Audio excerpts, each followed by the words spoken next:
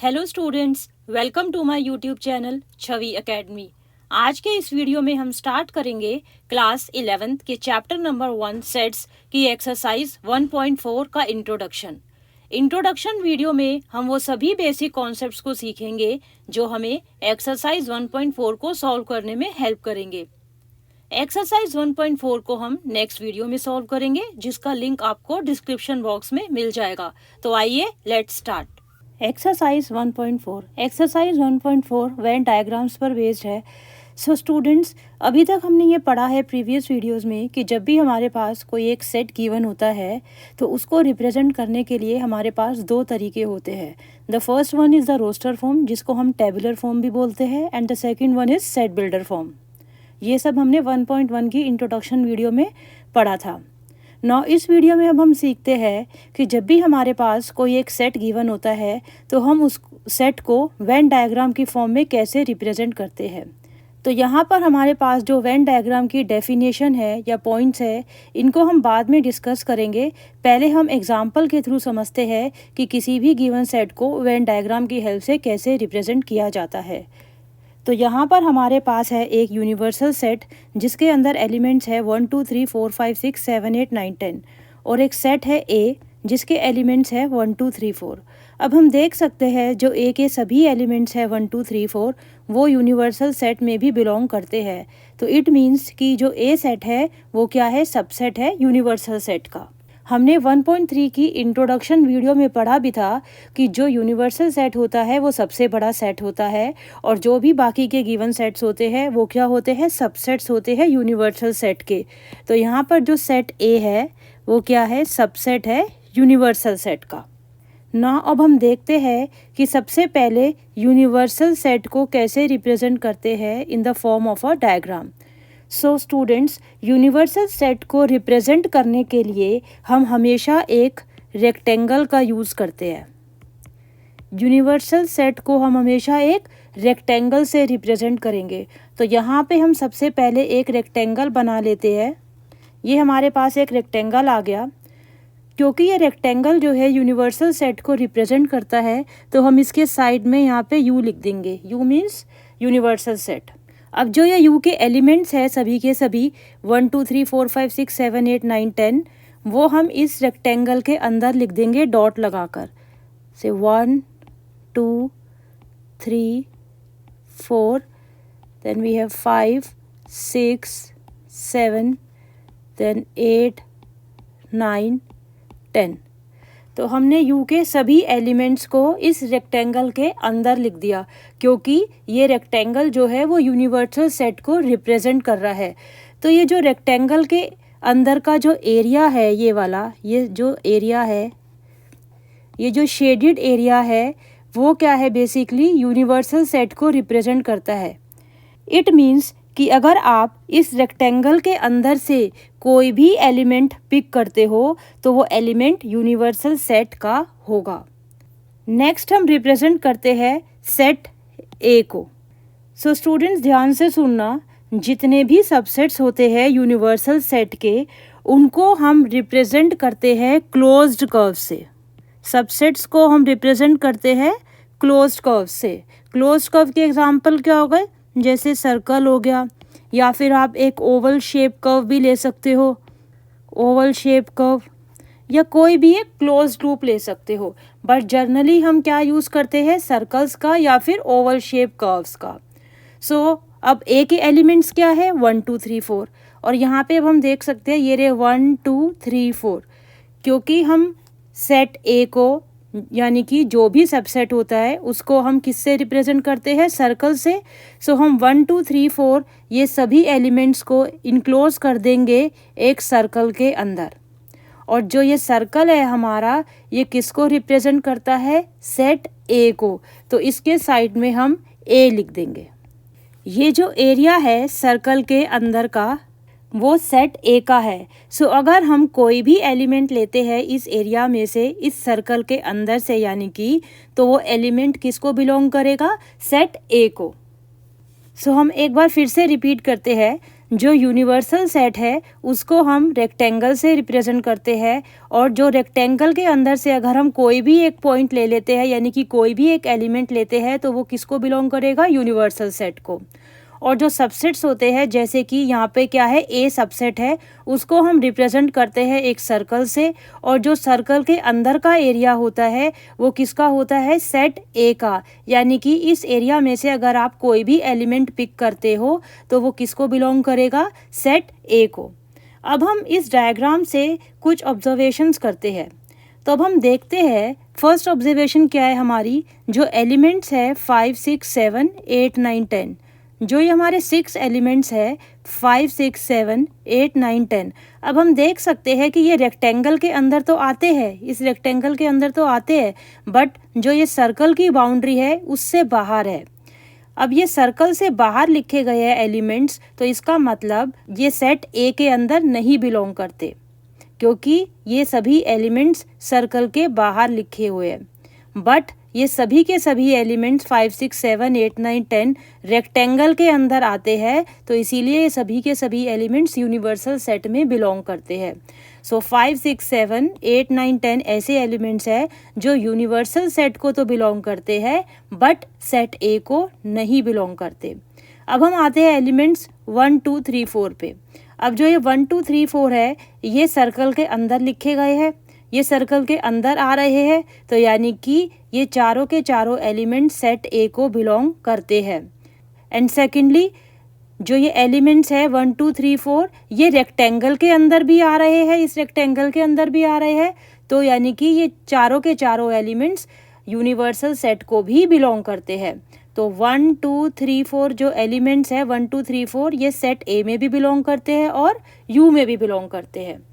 अब हम एक चीज़ और ऑब्जर्व करते हैं इस डायग्राम से कि जो सेट ए है हमारा, सेट ए को हम किससे रिप्रेजेंट कर रहे हैं? सर्कल से।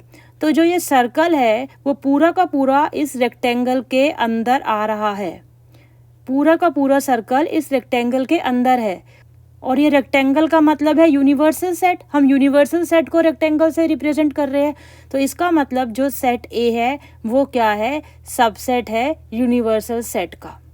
सो इस डायग्राम से हमने 3 चीज़ें ऑब्जर्व करी। फर्स्ट चीज़ क्या ऑब्जर्व करी? जो एलिमेंट्स है 1, 2, 3, 4 वो सेट ए और यू दोनों में बिलोंग करते हैं। सेकेंडली, जो एलिमेंट्स है 5, 6, 7, 8, 9, 10 वो ए में बिलोंग नहीं करते पर यू में करते हैं।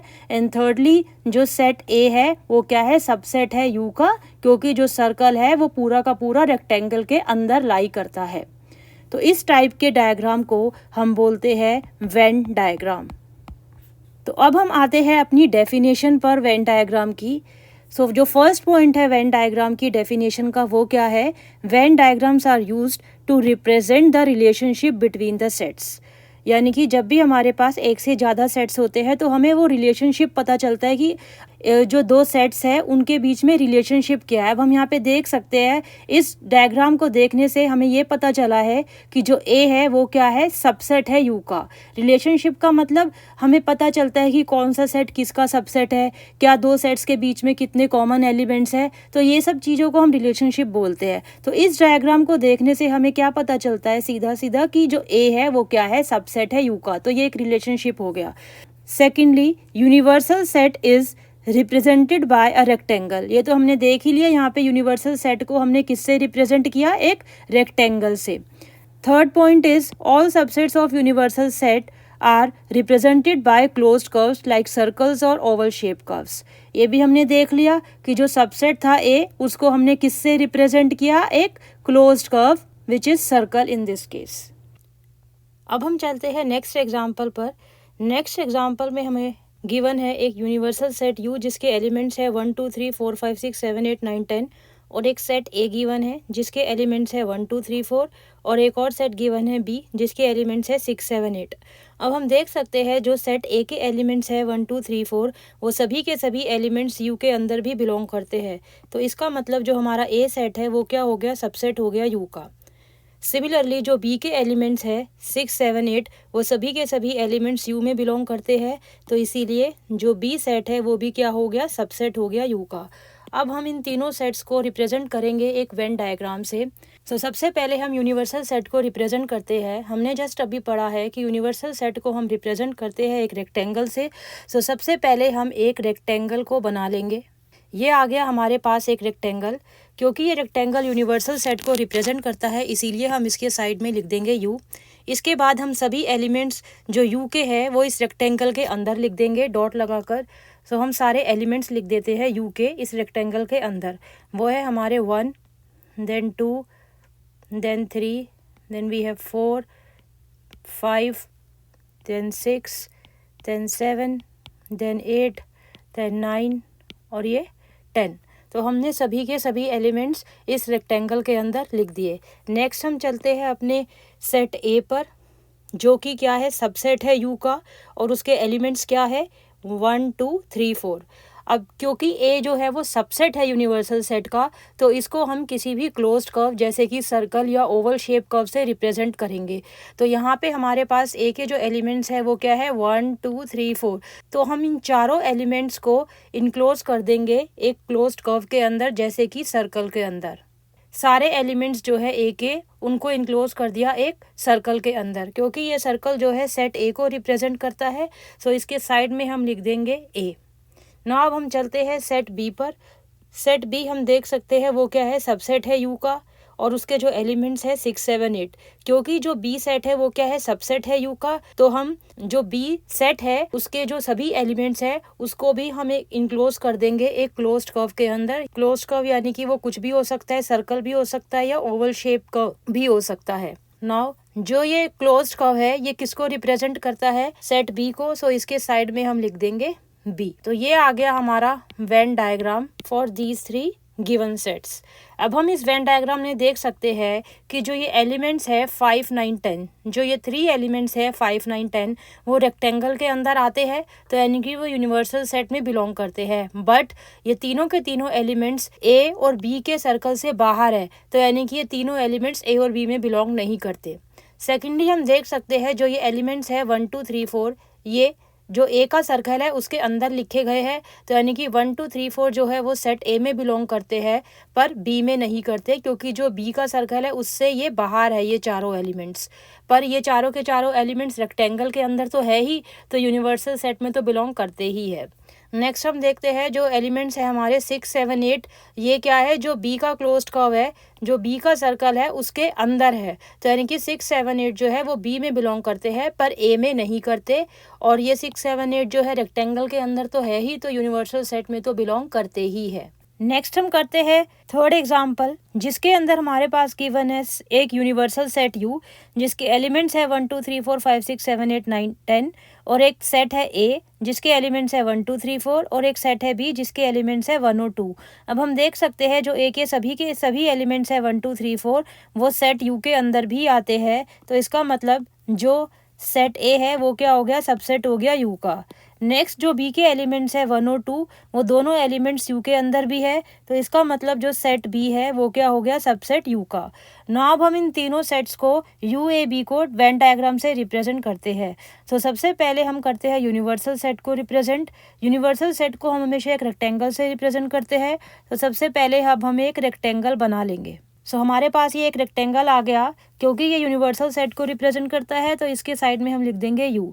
इसके बाद हम सभी के सभी एलिमेंट्स जो यू के हैं वो इस रेक्टेंगल के अंदर लिख देंगे।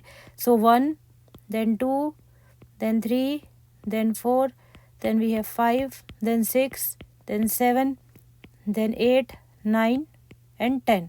तो हमने यू के सभी एलिमेंट्स इस रेक्टेंगल के अंदर लिख दिए। नेक्स्ट हम चलते हैं सेट ए पे। सेट ए क्या है, सबसेट है यूनिवर्सल सेट का, तो इसीलिए हम इसको एक सर्कल या ओवल शेप कर्व से रिप्रेजेंट करेंगे। और ए के एलिमेंट्स क्या है, 1, 2, 3, 4। तो ये रहे हमारे पास 1, 2, 3, 4, और इन सभी एलिमेंट्स को हम इनक्लोज कर देंगे एक सर्कल के अंदर। और जो ये सर्कल है वो सेट ए को रिप्रेजेंट करता है, तो इसीलिए इसके साइड में हम ए लिख देंगे। नेक्स्ट हम चलते हैं अपने सेट बी पर। बी क्या है, सबसेट है, तो इसीलिए बी के सभी एलिमेंट्स जो है 1 और 2 उन दोनों एलिमेंट्स को हम इनक्लोज करेंगे एक क्लोज्ड कर्व से। ये रहे हमारे पास 1 and 2। इन दोनों एलिमेंट्स को हम इनक्लोज करेंगे एक क्लोज्ड कर्व से। यहाँ पे हमारे पास एक ओवल शेप कर्व आ गई है जिसके अंदर जो एलिमेंट्स है वो सेट बी के एलिमेंट्स है 1 और 2। सो ये जो कर्व है, जो ये ओवल शेप कर्व है, वो किसको रिप्रेजेंट करती है? सेट बी को। सो इसीलिए हम इसके साइड में लिख देंगे सेट बी। सो ये बन गया हमारा Venn diagram for the given 3 sets. अब इस वेन डायग्राम को ऑब्जर्व करके हम बहुत सारी चीज़ें पता कर सकते हैं, जैसे कि जो ये एलिमेंट्स है 5, 6, 7, 8, 9, 10 ये रेक्टेंगल के अंदर आते हैं, तो यानी कि ये यूनिवर्सल सेट में बिलोंग करते हैं।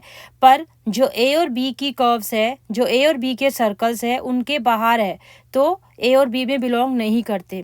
सेकेंडली, जो ए का सर्कल है उसके अंदर 4 एलिमेंट्स हमें दिख रहे हैं 1, 2, 3, 4, तो यानी कि 1, 2, 3, 4 जो है वो सेट ए में बिलोंग करते हैं और यूनिवर्सल सेट के अंदर तो आते ही आते हैं क्योंकि ये चारों एलिमेंट्स रेक्टेंगल के अंदर तो है ही। अब हम चलते हैं सेट बी पे। सेट बी में हम देख सकते हैं जो सेट बी की जो ये क्लोज कर्व है उसके अंदर सिर्फ 2 एलिमेंट लिखे हैं 1 और 2, तो यानी कि जो सेट बी है उसके अंदर सिर्फ 2 ही एलिमेंट है 1 और 2।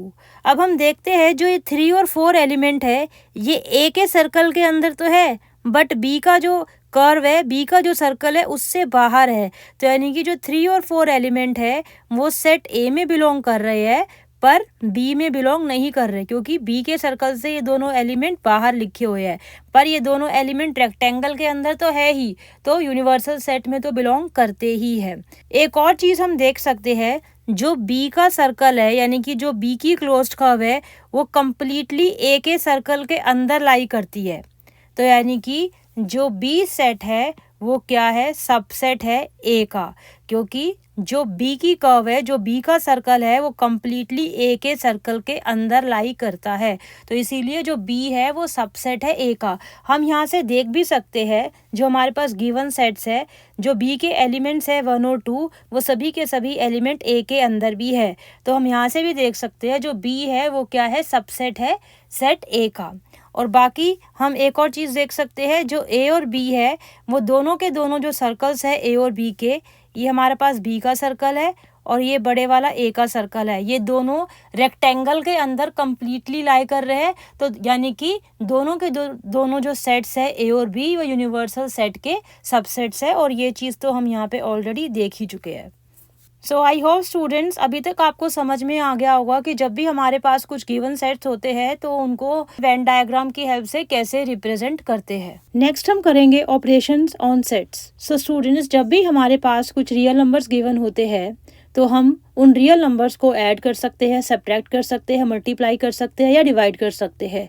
तो ये जो सभी की सभी चीज़ें हैं, एडिशन, सब्ट्रैक्शन, मल्टीप्लिकेशन या डिवीजन, इनको हम क्या बोलते हैं? Operations on real numbers. ऐसे ही हमारे सेट्स में कुछ ऑपरेशंस होते हैं। जो सेट्स के ऑपरेशन होते हैं वो क्या होते हैं? Union, intersection and difference. तो जब भी हमारे पास कोई सेट्स गिवन होते हैं तो हम उनका यूनियन निकाल सकते हैं, इंटरसेक्शन निकाल सकते हैं या डिफरेंस निकाल सकते हैं। तो 1 बाय 1 हम इन तीनों को डिटेल में पढ़ते हैं। सबसे पहले हम करते हैं union of sets. Let A and B any 2 sets. The union of A and B is the set which consist of all the elements of A and all the elements of B, the common elements being taken only once. So students ध्यान से सुनना, जब भी हमारे पास 2 set given है ए and B, तो उनका जो यूनियन होगा वो भी एक सेट ही होगा, और उस सेट के अंदर ए के सभी एलिमेंट्स होंगे, बी के भी सभी एलिमेंट्स होंगे, और जो कुछ ऐसे एलिमेंट्स हैं जो सेट ए और बी दोनों में है, उन एलिमेंट्स को हम सिर्फ एक ही बार लिखेंगे यूनियन के अंदर। ये चीज़ तो हम पहले भी पढ़ चुके हैं कि किसी भी सेट के अंदर एलिमेंट्स जो होते हैं वो रिपीट नहीं होते, हम सिर्फ एक एलिमेंट को एक ही बार लिखते हैं किसी भी सेट के अंदर। तो जब भी हम यूनियन निकालेंगे तो उसके अंदर भी हम एलिमेंट्स को रिपीट नहीं करेंगे। तो जब भी हमारे पास 2 सेट्स होते हैं ए एंड बी, तो उनके यूनियन में हमें क्या लिखना होगा? ए के सभी एलिमेंट्स, बी के सभी एलिमेंट्स, और जो एलिमेंट्स दोनों में है ए एंड बी उनको हम सिर्फ एक ही बार लिखेंगे।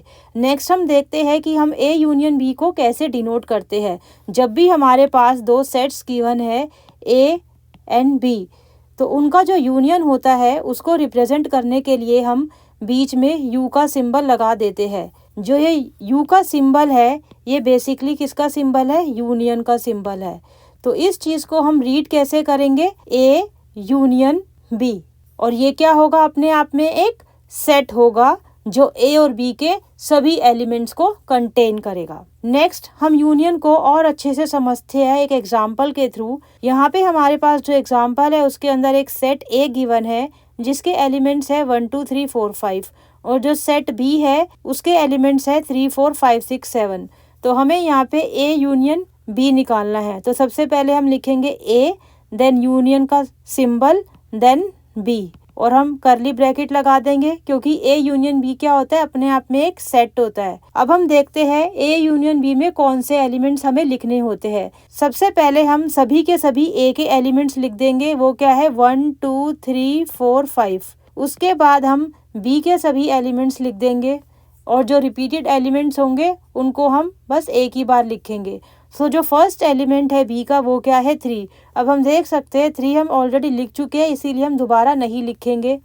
नेक्स्ट एलिमेंट जो है बी का वो क्या है 4 भी हम यहाँ पे एक बार लिख चुके हैं तो इसीलिए हम दोबारा नहीं लिखेंगे। नेक्स्ट एलिमेंट जो है बी का वो क्या है 5 भी हम यहाँ पे लिख चुके हैं इसीलिए हम दोबारा नहीं लिखेंगे। जो नेक्स्ट एलिमेंट है बी का वो क्या है 6। हमने अभी तक यहाँ पे 6 एक बार भी नहीं लिखा तो इसीलिए हम लिख देंगे यहाँ पे 6। नेक्स्ट एलिमेंट जो है बी का वो क्या है 7।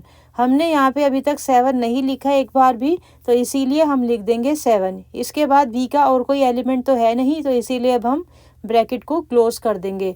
सो यहाँ पर जो ये सेट है ये क्या है हमारा ए यूनियन बी। इसके अंदर ए और बी के सभी एलिमेंट्स है और जो एलिमेंट्स दोनों में थे उनको सिर्फ हमने एक बार लिखा है। नेक्स्ट हम देख सकते हैं अगर मैं कोई भी एलिमेंट यहाँ से पिक करती हूँ ए यूनियन बी के सेट में से, सपोज मैंने 2 पिक किया तो ये जो 2 एलिमेंट है या तो वो ए में होगा या वो बी में होगा। तो ये जो एलिमेंट है 2 हम देख सकते हैं वो सेट ए के अंदर है। अगर मैंने एलिमेंट पिक किया से 7 तो जो 7 है या तो वो ए में होगा या बी में होगा। तो इस केस में जो 7 एलिमेंट है वो किस में बिलोंग कर रहा है, सेट बी में। और कुछ ऐसे एलिमेंट्स होंगे जो दोनों में होंगे। फॉर एग्जांपल 5, जो एलिमेंट 5 है वो ए में भी है और बी में भी है। तो यानी कि ए यूनियन बी के जो सारे एलिमेंट्स होते हैं वो या तो ए में होते हैं या बी में होते हैं या दोनों में होते हैं। तो यहाँ पे अब हम देखते हैं जो मैथमेटिकल वे है ए यूनियन बी को लिखने का वो क्या है। It is a set consist of all those x such that x belongs to A और x belongs to B और x belongs to both A and B। यही होगा ना। यहाँ से अगर मैं कोई एलिमेंट पिक करती हूँ तो या तो वो A में होगा या B में होगा या फिर दोनों में होगा। तो मैंने यहाँ पे क्या लिख दिया, A यूनियन B को सेट बिल्डर फॉर्म में it is a set consist of all those elements where x belongs to A और x belongs to B और x belongs to both। अब हम देख सकते हैं जो ये चीज़ है x belongs to both A and B। अगर कोई भी एलिमेंट x जो है वो दोनों में है A and B तो इसका मतलब वो A में तो है ही या B में तो है ही। तो ये जो चीज़ है इसको हमें दोबारा से या अलग से लिखने की ज़रूरत नहीं है, ये इसी चीज़ के अंदर इंक्लूड हो गई है। तो इस चीज़ को हम रब कर सकते हैं। सो ए यूनियन बी को हम अगर सेट बिल्डर की फॉर्म में या मैथमेटिकली रिप्रेजेंट करते हैं तो हम ऐसे कर सकते हैं, it is a set consist of all those x such that x belongs to A और x belongs to B. Next हम देखते हैं कि इस एग्जाम्पल को यहाँ पे जो दोनों सेट्स है ए एंड बी इसको हम वेन डायग्राम की फॉर्म में कैसे रिप्रेजेंट करते हैं।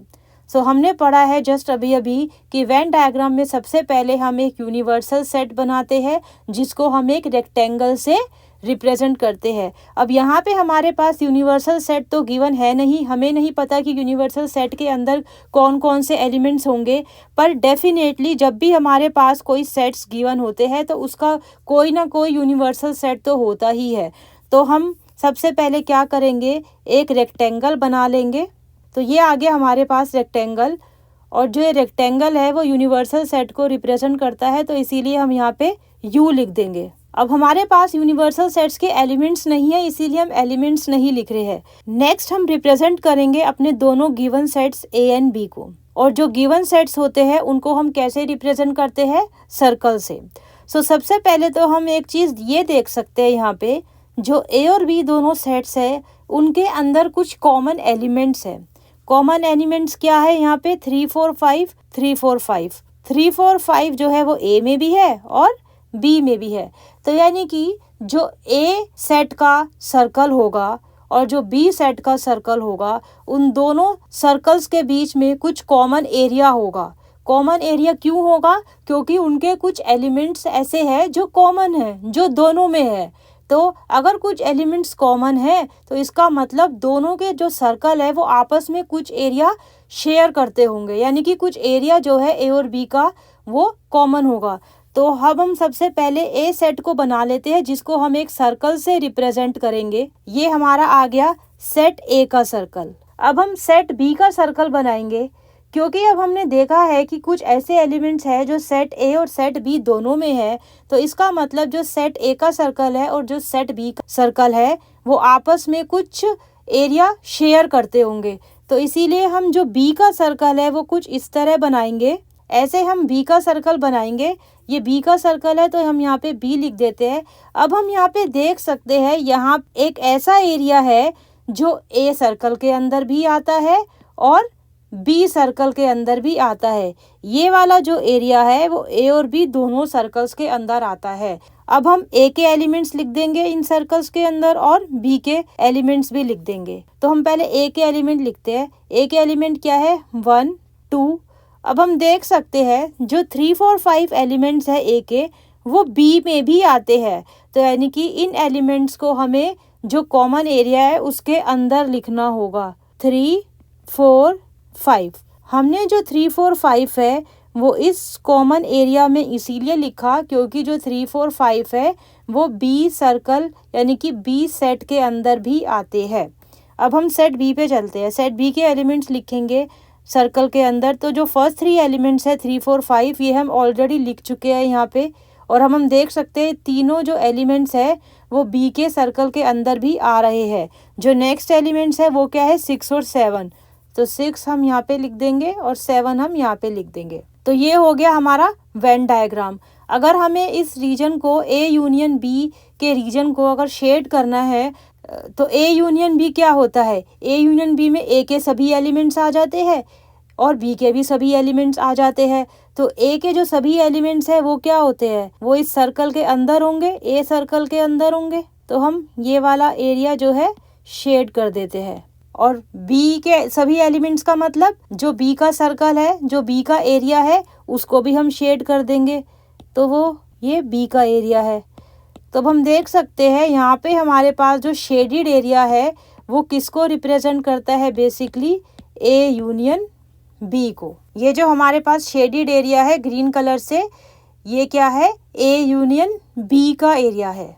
अगर आप इस शेडिड रीजन से कोई भी एलिमेंट पिक करोगे तो वो ए यूनियन बी का एलिमेंट होगा। नेक्स्ट हम करते हैं कुछ properties which are based on the operation of union. So first property is called commutative law.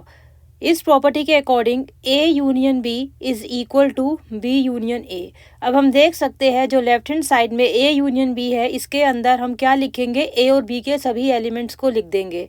और जो राइट हैंड साइड पे बी यूनियन ए है इस सेट के अंदर हम बी और ए के सभी एलिमेंट्स को लिख देंगे। सो इन दोनों सेट्स के अंदर जो एलिमेंट्स आएंगे वो क्या होंगे? वो ए और बी के सभी एलिमेंट्स होंगे। तो इसीलिए A union B is equal to B union ए।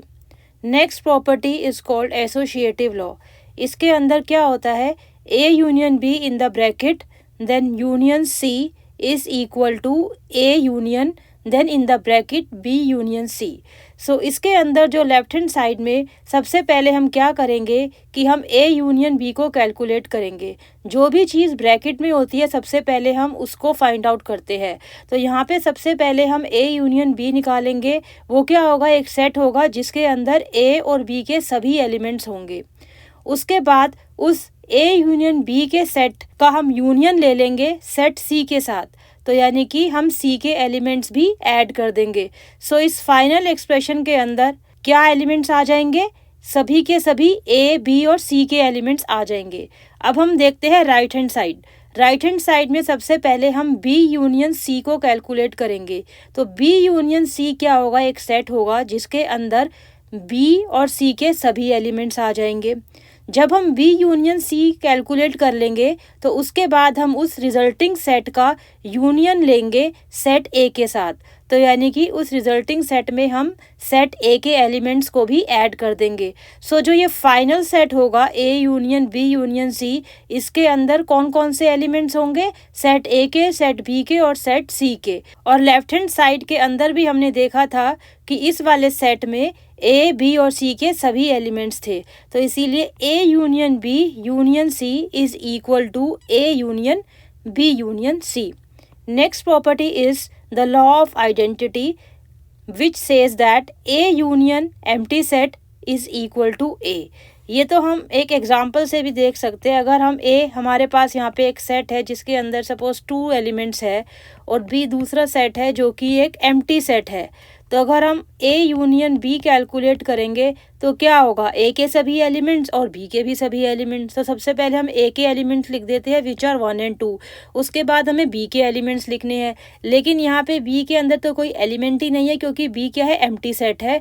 तो यानी कि यहाँ पे अब और कोई एलिमेंट नहीं आएगा। तो हमारा A यूनियन B क्या आ गया, 1, 2 and this is nothing, this is equal to A only। so हमारे पास क्या आ गया, A union B is equal to A where B is empty set। तो इस प्रॉपर्टी के हिसाब से भी यही है, A union empty set is equal to A। जब भी आप यूनियन लेते हो किसी भी सेट का एम्प्टी सेट के साथ, तो हमारा आंसर क्या आएगा, the given set itself. Now the next property is idempotent law. ये क्या कहता है, जब भी हम किसी सेट ए का यूनियन लेते हैं ए के ही साथ, तो आंसर क्या होगा, ए ही आएगा। ये तो बहुत ही ट्रिवियल है क्योंकि यहाँ पे हम क्या करेंगे, ए के सभी एलिमेंट्स लिख देंगे तो हमारा जो सेट आएगा वो क्या आएगा, वो ए ही आ जाएगा। सो इसीलिए A union A is equal to A. Now next property is U union A is equal to U where U is a universal set। So students, इस प्रॉपर्टी को करने से पहले हम एक और प्रॉपर्टी करते हैं और वो प्रॉपर्टी है if A is a subset of B then A union B is equal to set B itself। So इस प्रॉपर्टी को हम वेन डायग्राम की हेल्प से समझते हैं। हमारे पास यहाँ पे 2 सेट्स गिवन है A और B where A जो है वो सबसेट है सेट B का। तो इस प्रॉपर्टी के अकॉर्डिंग जब हम यूनियन लेंगे दोनों सेट्स का, that is A union B, तो हमारा आंसर क्या आएगा, बड़े वाला सेट आ जाएगा विच इज बी। तो इसको हम वेन डायग्राम की हेल्प से समझते हैं। सबसे पहले हम दोनों सेट्स जो है हमारे पास ए और बी, उसके हम सर्कल्स बना लेंगे। तो सबसे पहले हम ए का सर्कल बना लेते हैं। तो यहाँ पे हमारे पास ए का सर्कल आ गया। क्योंकि हमारे पास यहाँ पे गिवन है कि जो ए है वो क्या है, सबसेट है बी का, तो यानी कि जो ए का सर्कल होगा वो क्या है, बी के सर्कल के अंदर लाई करेगा। तो हम बी का सर्कल कुछ ऐसे बनाएंगे। यहाँ पे अब हम देख सकते हैं जो ए का सर्कल है वो कम्प्लीटली लाई कर रहा है बी के सर्कल के अंदर, क्योंकि हमें ये गिवन था जो ए है वो सबसेट है सेट बी का। नाउ अब हमें कैलकुलेट करना है यहाँ पे ए यूनियन बी। तो अब हम ए यूनियन बी के एरिया को शेड करेंगे। सो ए यूनियन बी के अंदर जो एलिमेंट्स आते हैं वो क्या आते हैं, सभी के सभी ए के एलिमेंट्स और सभी के सभी बी के एलिमेंट्स। सो सबसे पहले हम ए के एरिया को शेड कर देंगे, उसके बाद हम बी के एरिया को शेड कर देंगे। तो सबसे पहले हम यहाँ पे ए के एरिया को शेड कर देते हैं। सो ये आ गया हमारे पास सेट ए। उसके बाद हम बी के एरिया को शेड कर देंगे। ये हमने कर दिया सेट बी के एरिया को शेड। तो जो ये शेडेड रीजन है हमारे पास, ये क्या है, ए यूनियन बी। अगर मैं इस शेडेड रीजन से कोई भी एलिमेंट लूँगी तो वो क्या होगा, ए यूनियन बी में बिलोंग करेगा। सो हम लिख सकते हैं जो ये शेडेड रीजन है वो क्या है, ए यूनियन बी। अब हम देख सकते हैं जो ये शेडेड रीजन है वो क्या है, बेसिकली सेट बी का एरिया है। यानी कि जो ये शेडेड रीजन है वो क्या है, हमारा सर्कल बी है। तो इट मीन्स कि जो ए यूनियन बी है वो क्या है, हमारा बी।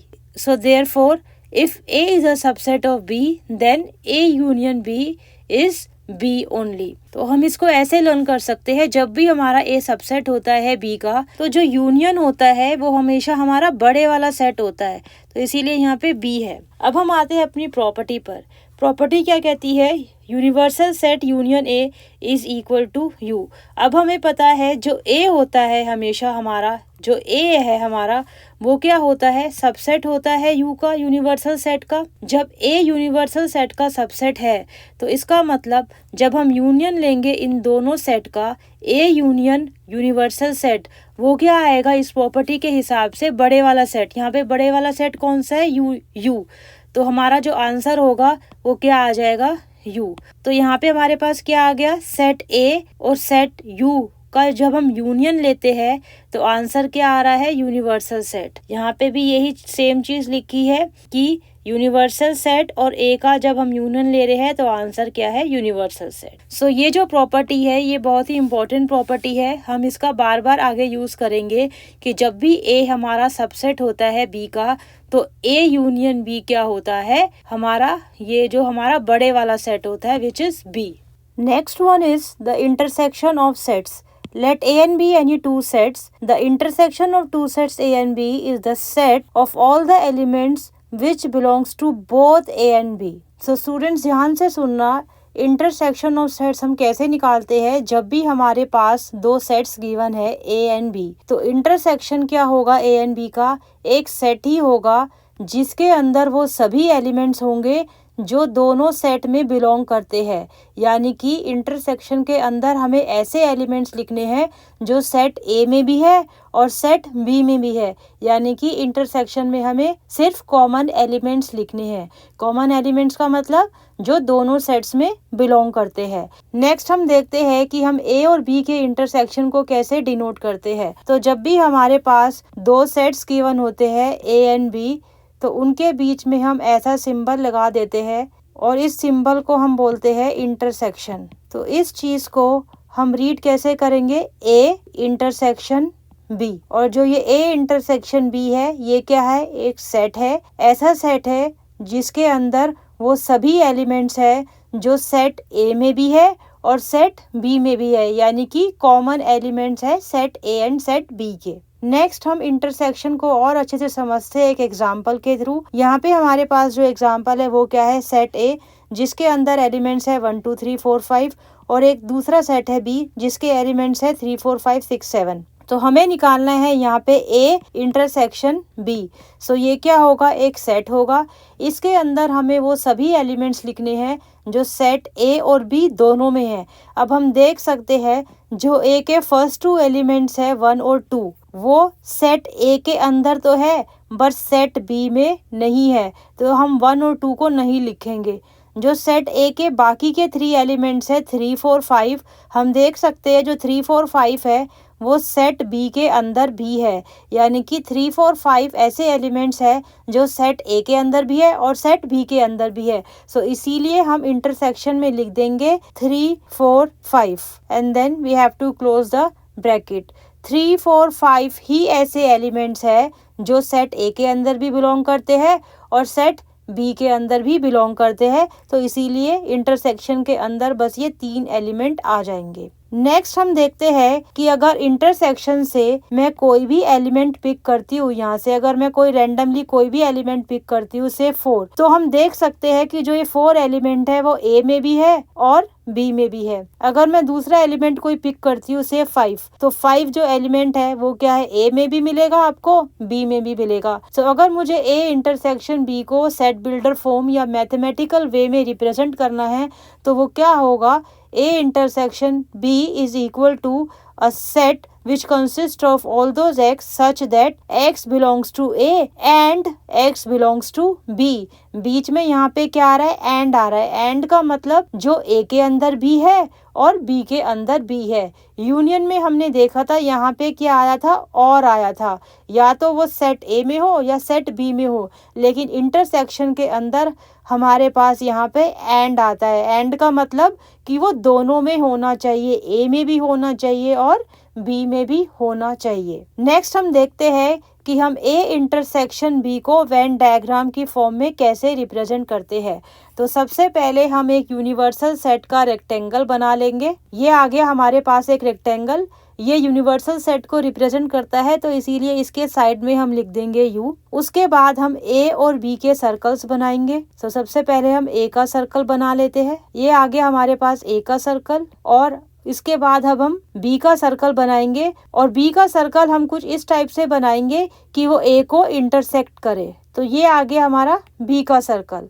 अब हम देख सकते हैं कि जो A और B दोनों के जो सर्कल्स है वो आपस में इंटरसेक्ट कर रहे हैं, यानी कि उनके बीच में कुछ कॉमन एरिया है। इस कॉमन एरिया का मतलब है अगर मैं कोई भी एलिमेंट इस कॉमन एरिया से लेती हूँ तो वो A में भी बिलोंग करेगा और B में भी बिलोंग करेगा। तो अब हम अपने एलिमेंट्स लिख देते हैं। सबसे पहले हम अपने एलिमेंट्स लिखेंगे सेट A के।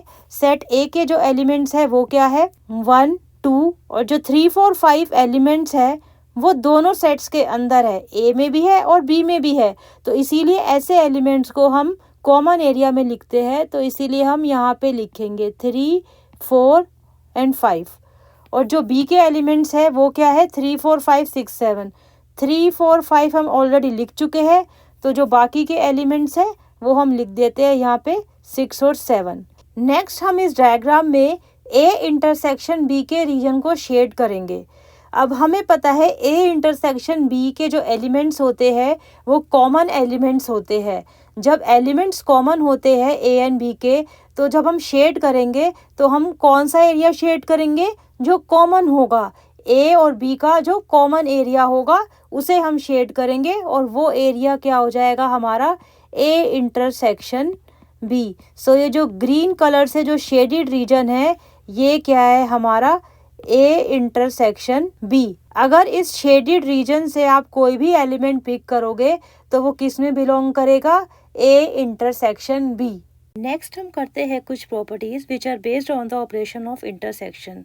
सो the first property is commutative law. इस प्रॉपर्टी के according A intersection B is equal to B intersection A। So students, हमने ये पढ़ा था कि जब भी हमारे पास दो सेट्स गिवन होते हैं A एंड B और हमें उनका इंटरसेक्शन निकालना होता है, तो A इंटरसेक्शन B में वो सभी एलिमेंट्स आ जाते हैं जो A और B के कॉमन एलिमेंट्स होते हैं। तो यहाँ पर जब लेफ्ट हैंड साइड में हम A इंटरसेक्शन B को कैलकुलेट करेंगे तो इसके अंदर वो सभी एलिमेंट्स आ जाएंगे जो A और B दोनों में बिलोंग करते होंगे। ऐसे ही जब हम राइट हैंड साइड में B इंटरसेक्शन A को फाइंड आउट करेंगे तो ये एक सेट आ जाएगा और उसके अंदर वो सभी एलिमेंट्स आ जाएंगे जो B और A को दोनों को बिलोंग करते होंगे। तो इसीलिए A intersection B is equal to B intersection A। Next property is associative law. Associative law के according A intersection B in the bracket then intersection C is equal to A intersection then in the bracket we have B intersection C।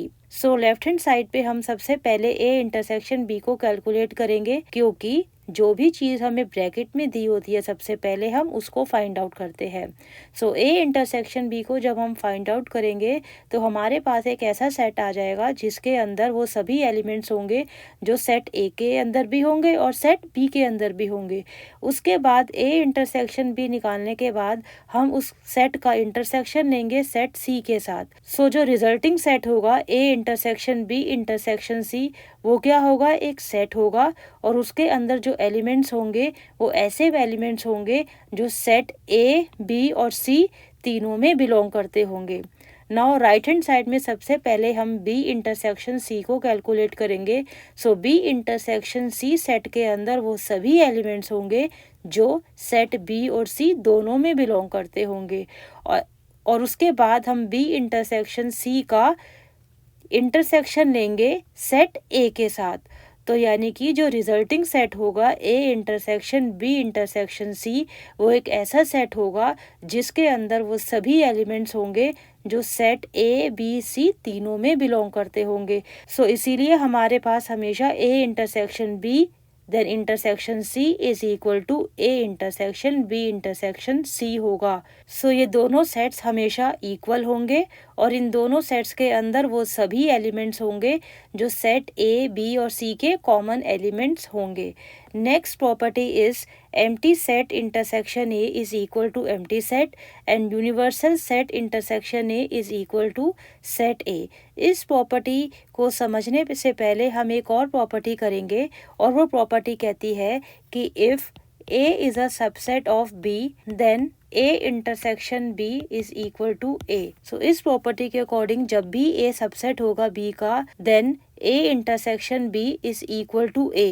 जो A है हमारा यहाँ पे वो क्या है, subset है.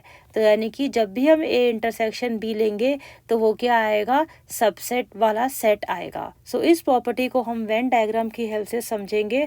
तो सबसे पहले हम A और B दोनों सेट्स के सर्कल को ड्रॉ कर लेंगे. सो ये आ गया हमारे पास सेट A का सर्कल. और क्योंकि जो सेट A है वो B का सबसेट है, जो A जो है वो सबसेट है सेट B का, तो इसीलिए जो सेट A का सर्कल होगा वो कम्प्लीटली लाई करेगा सर्कल B के अंदर.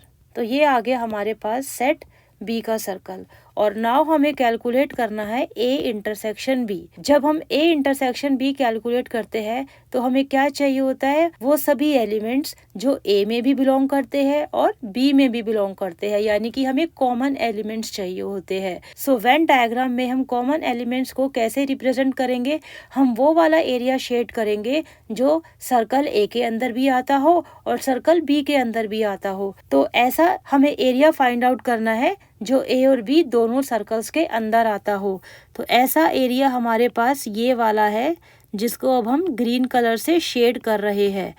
ये वाला एक ऐसा एरिया है जो सर्कल A के अंदर भी आता है और सर्कल B के अंदर भी आता है.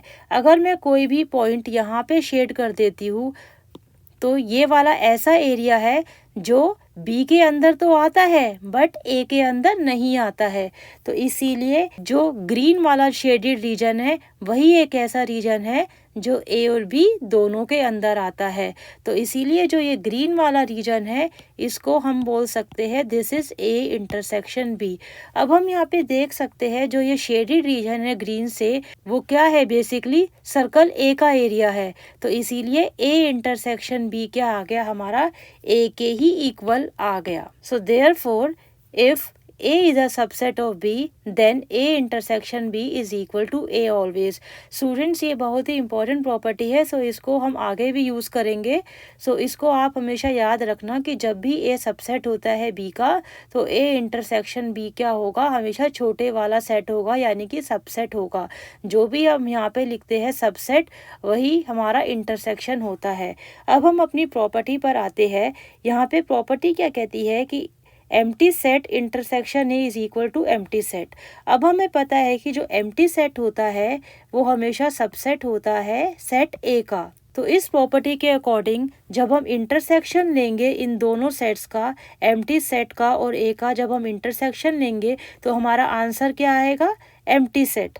तो यहाँ पे यही लिखा है कि एम्प्टी सेट का intersection A is equal to empty set. Next is universal set intersection A is equal to A. अब हमें पता है जो A सेट होता है वो सबसेट होता है यूनिवर्सल सेट का. सो इस प्रॉपर्टी के अकॉर्डिंग जब हम सेट A और सेट U का इंटरसेक्शन लेंगे तो हमारा आंसर क्या आएगा, सेट A.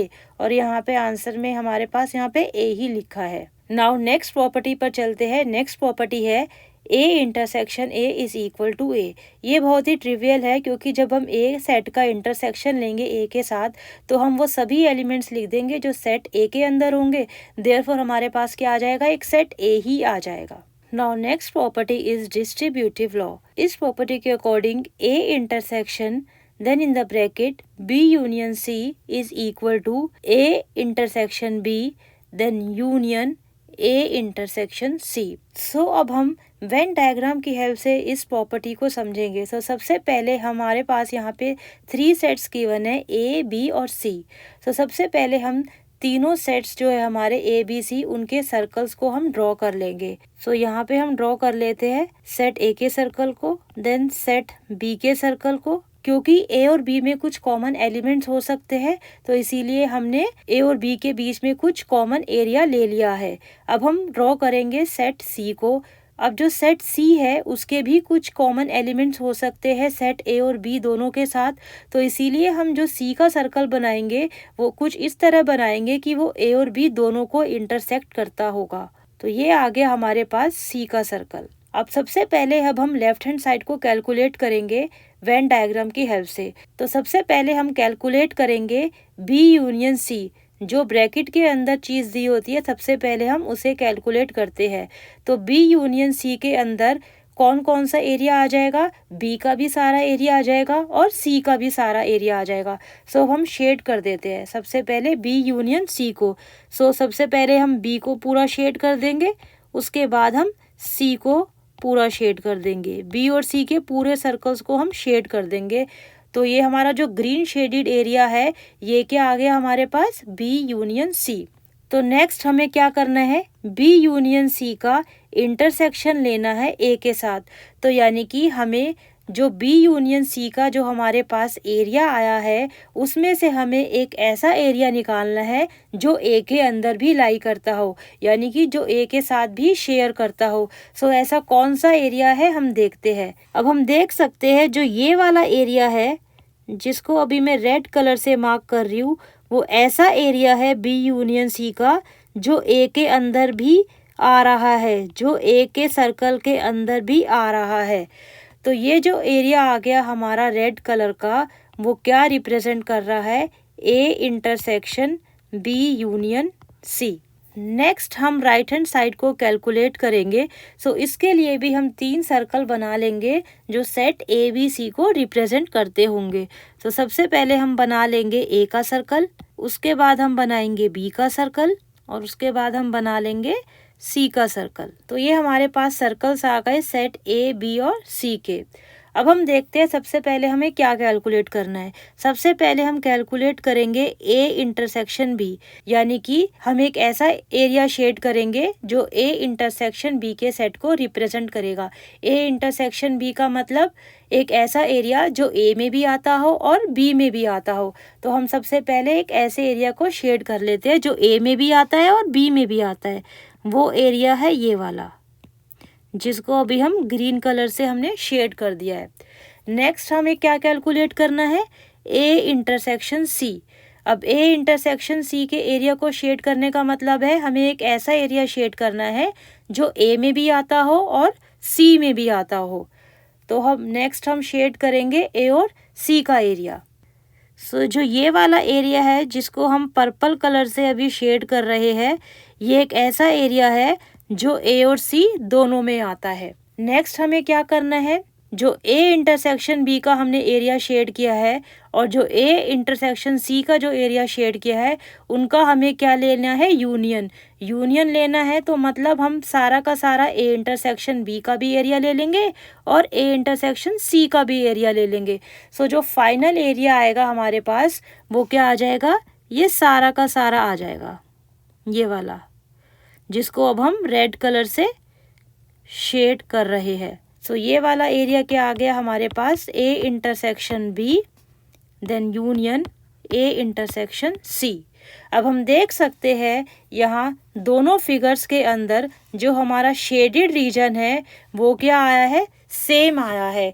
सो इसीलिए अब हम बोल सकते हैं कि जो ये डिस्ट्रीब्यूटिव लॉ है ये होल्ड कर रहा है। हमने वेन डायग्राम की हेल्प से इस लॉ को समझा है। हमने देखा जब हमने दोनों लेफ्ट हैंड साइड और राइट हैंड साइड दोनों के एरियाज को शेड किया वेन डायग्राम की हेल्प से, तो जो शेडेड रीजन था वो दोनों केसेस में सेम आया है। इसीलिए A intersection B union C is equal to A intersection B union A intersection C. Next is difference of sets. The difference of the sets A and B in this order is the set of elements which belongs to A but not to B. So जब भी हमारे पास दो sets given होते हैं A and B, तो जब हम difference निकालते हैं सेट ए और बी का, सो हमारे पास एक सेट ही आता है जिसके अंदर वो सभी एलिमेंट्स होते हैं जो सेट ए में तो होते हैं बट बी में नहीं होते। और इस चीज को हम डिनोट करते हैं इन दोनों सेट्स के बीच में माइनस का सिंबल लगाकर। सो इस चीज को हम कैसे रीड करते हैं, ए माइनस बी। और इस चीज का मतलब है कि वो सभी एलिमेंट्स हमें लेने हैं एक सेट के अंदर जो ए में बिलोंग करते हैं बट बी में नहीं करते हैं। सिमिलरली अगर हम लिखते हैं बी माइनस ए, तो B माइनस A का मतलब है कि एक ऐसा सेट जिसके अंदर वो सभी एलिमेंट्स आते हैं जो B में बिलोंग करते हैं बट A में नहीं करते। और इसको हम रीड कैसे करेंगे? B minus A। इसको हम और अच्छे से समझते हैं एक एग्जाम्पल के थ्रू। यहाँ पे हमारे पास एक एग्जाम्पल गिवन है जिसके अंदर दो सेट्स गिवन है A और B। जो A के एलिमेंट्स है वो क्या है 1 2 3 4 5 और जो B के एलिमेंट्स है 3 4 5 6 7। सो अब हम यहाँ पे पहले कैलकुलेट करते हैं A minus B। So A minus B में क्या आएगा? एक सेट आएगा, उसके अंदर वो सभी एलिमेंट्स होंगे A के जो B में नहीं होंगे। सो हम फर्स्ट एलिमेंट जो है A का वो चेक करते हैं, वो क्या है 1। अब हम देखते हैं जो ये 1 एलिमेंट है A का वो B सेट के अंदर नहीं है, इसीलिए हमारा जो फर्स्ट एलिमेंट होगा A माइनस B का वो क्या आ जाएगा 1। उसके बाद हम नेक्स्ट एलिमेंट को चेक करते हैं सेट A के। सेट A का जो नेक्स्ट एलिमेंट है वो क्या है 2। अब हम देख सकते हैं जो ये 2 एलिमेंट है वो B के अंदर नहीं है, इसीलिए हम लिख देंगे नेक्स्ट एलिमेंट अपना 2। अब हम देख सकते हैं जो नेक्स्ट 3 एलिमेंट्स है सेट A के वो क्या है 3 4 5 और ये तीनों एलिमेंट्स हमारे पास सेट B के अंदर भी है, तो इसीलिए 3 4 5 जो है वो A माइनस B में बिलोंग नहीं करेंगे। सो इसीलिए A माइनस B के अंदर सिर्फ 2 एलिमेंट आ जाएंगे 1 एंड 2। नेक्स्ट हम कैलकुलेट करते हैं B minus A। B minus A क्या होगा? एक सेट होगा, उसके अंदर वो सभी एलिमेंट्स होंगे जो B के अंदर तो बिलोंग करेंगे बट A के अंदर नहीं बिलोंग करेंगे। सो सबसे पहले हम B के एलिमेंट को चेक करते हैं। जो फर्स्ट एलिमेंट है B का वो क्या है 3, लेकिन जो ये 3 है वो A के अंदर भी बिलोंग करता है, तो इसीलिए हम यहाँ पर 3 नहीं लिखेंगे। जो नेक्स्ट एलिमेंट है B का वो क्या है 4। अब जो ये 4 है एलिमेंट वो A के अंदर भी बिलोंग करता है, तो इसीलिए हम B माइनस A के अंदर 4 को भी नहीं लिखेंगे। जो नेक्स्ट एलिमेंट है B का वो क्या है 5, लेकिन हम देख सकते हैं जो ये 5 है वो A के अंदर भी बिलोंग करता है, तो इसीलिए हम B माइनस A के अंदर 5 को भी नहीं लिखेंगे। नाउ नेक्स्ट 2 एलिमेंट्स जो है वो B के वो क्या है 6 और 7। अब हम देख सकते हैं 6 और 7 जो ये दोनों एलिमेंट्स है वो A के अंदर नहीं है, तो इसीलिए हम B माइनस A के अंदर लिख देंगे 6 और 7। सो आई होप स्टूडेंट्स आपको अब A माइनस B या B माइनस A कैलकुलेट करना आ गया होगा। नेक्स्ट हम देखते हैं कि हम A माइनस B को कैसे रिप्रेजेंट करते हैं मैथमेटिकली और in the set builder form.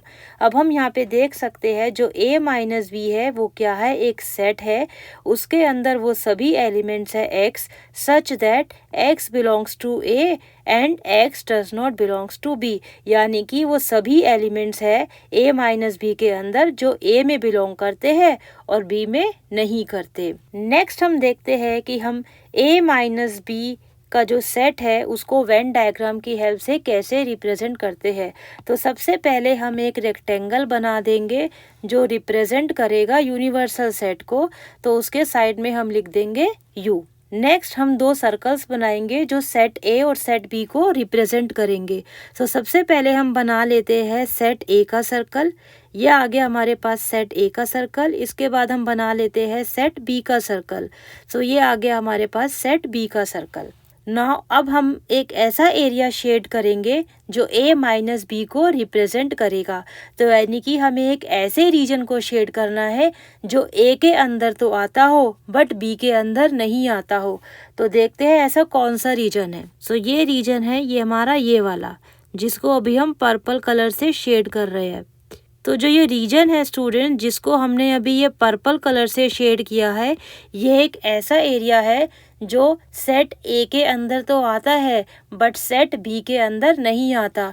अगर मैं कोई भी एरिया यहाँ से ले लेती हूँ, अगर मैं ये वाला एरिया लेती हूँ तो ये वाला एरिया जो है वो A के अंदर तो आता है बट B के अंदर भी आता है, तो इसीलिए ये वाला जो एरिया है रेड वाला वो A माइनस B के अंदर नहीं आएगा।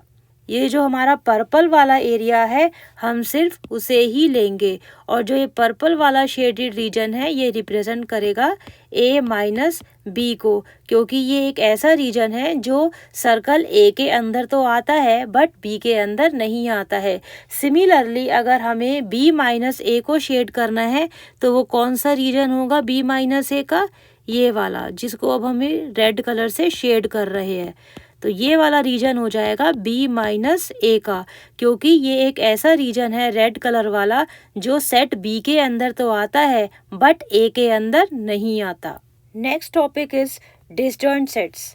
If A and B are the two sets such that their intersection is an empty set, then A and B are called disjoint sets. तो दो सेट्स जब भी हमारे पास गिवन होते हैं A एंड B, हम उन्हें डिसजॉइंट कब बोलते हैं? जब उनका इंटरसेक्शन क्या होता है? एक एम्प्टी सेट होता है। इसका मतलब A और B के बीच में कोई भी कॉमन एलिमेंट नहीं होता है। इसको हम एग्जाम्पल के थ्रू समझते हैं। फर्स्ट एग्जाम्पल पे यहाँ पे हमारे पास जो सेट A है उसके अंदर 4 एलिमेंट्स है 1 2 3 4, और जो सेट B है उसके अंदर के एलिमेंट्स है 5 6 7। अगर हम इन दोनों सेट्स का इंटरसेक्शन निकालते हैं तो क्या आएगा? A इंटरसेक्शन भी एक सेट होगा, इसके अंदर वो सभी एलिमेंट्स होंगे जो A के अंदर भी होंगे और B के अंदर भी होंगे। बट अब हम यहाँ पे देख सकते हैं जो 1 2 3 4 एलिमेंट्स है सेट A के, वो B सेट के अंदर नहीं है। यानी कि ऐसा एक भी एलिमेंट नहीं है जो सेट A में भी हो और सेट B में भी हो। इसीलिए यहाँ पे हमारे पास जो A इंटरसेक्शन B है वो क्या है? एक एम्प्टी सेट है। इसीलिए जो ये एग्जाम्पल है यहाँ पे A और B, ये किसका एग्जाम्पल हो गया? डिसजॉइंट सेट्स का। A and B are disjoint sets. Next example is the set A which consists of elements 5 6 7 and the set B it consists of one element 2. अगर हम यहाँ पे A और B का इंटरसेक्शन निकालते हैं तो हमें वो सभी एलिमेंट्स लिखने हैं जो सेट A और B दोनों में बिलोंग करते हैं। बट हम यहाँ पे क्लियरली देख सकते हैं ऐसा कोई भी एलिमेंट नहीं है जो सेट A के अंदर भी हो और सेट B के अंदर भी हो। सो इसीलिए जो A इंटरसेक्शन B है वो क्या है? एक एम्प्टी सेट है। क्योंकि A इंटरसेक्शन B एक एम्प्टी सेट है, therefore we can say that A and B are disjoint set. तो ये भी एक हमारा एग्जाम्पल हो गया डिसजॉइंट सेट्स का। नेक्स्ट हम देखते हैं कि जब भी हमारे पास दो सेट्स गिवन होते हैं A and B such that A and B are disjoint sets, तो हम उसको वेन डायग्राम से कैसे रिप्रेजेंट करते हैं। सो सबसे पहले हम एक रेक्टेंगल बना लेंगे जो यूनिवर्सल सेट को रिप्रेजेंट करेगा। सो इसीलिए हम उसके साइड में लिख देंगे U। नाउ हमारे पास गिवन है कि हमारे पास दो सेट्स है A and B such that A and B are disjoint sets. क्योंकि A और B डिसजॉइंट सेट्स है, इसका मतलब है कि उनके बीच में कोई भी कॉमन एलिमेंट नहीं है। और अगर कोई भी कॉमन एलिमेंट नहीं है तो इसका मतलब जब हम सर्कल बनाएंगे A और B का तो उसके अंदर कोई भी कॉमन एरिया नहीं होगा। तो इसीलिए डिसजॉइंट सेट्स के जो सर्कल्स होंगे वो बिल्कुल अलग अलग बनेंगे। तो सबसे पहले हम A का सर्कल बना देंगे, ये आगे हमारे पास A का सर्कल, और उसके बाद हम B का सर्कल बना देंगे, ये आगे हमारे पास B का सर्कल। क्योंकि A और B डिसजॉइंट सेट्स थे तो इसीलिए उनके बीच में कुछ भी कॉमन नहीं था, तो इसीलिए हमने A और B को बिल्कुल सेपरेट बनाया है, उनके बीच में कुछ भी कॉमन एरिया नहीं रखा है। So this is the Venn diagram representation for disjoint sets A and B। तो स्टूडेंट्स, इसी के साथ एक्सरसाइज 1.4 का इंट्रोडक्शन खत्म होता है। आई होप कि आपके सभी कॉन्सेप्ट्स क्लियर हो गए होंगे, बट स्टिल अगर आपको कोई भी डाउट है तो आप कमेंट कर सकते हैं। And if you like my video then please like, share and subscribe my channel. Thank you.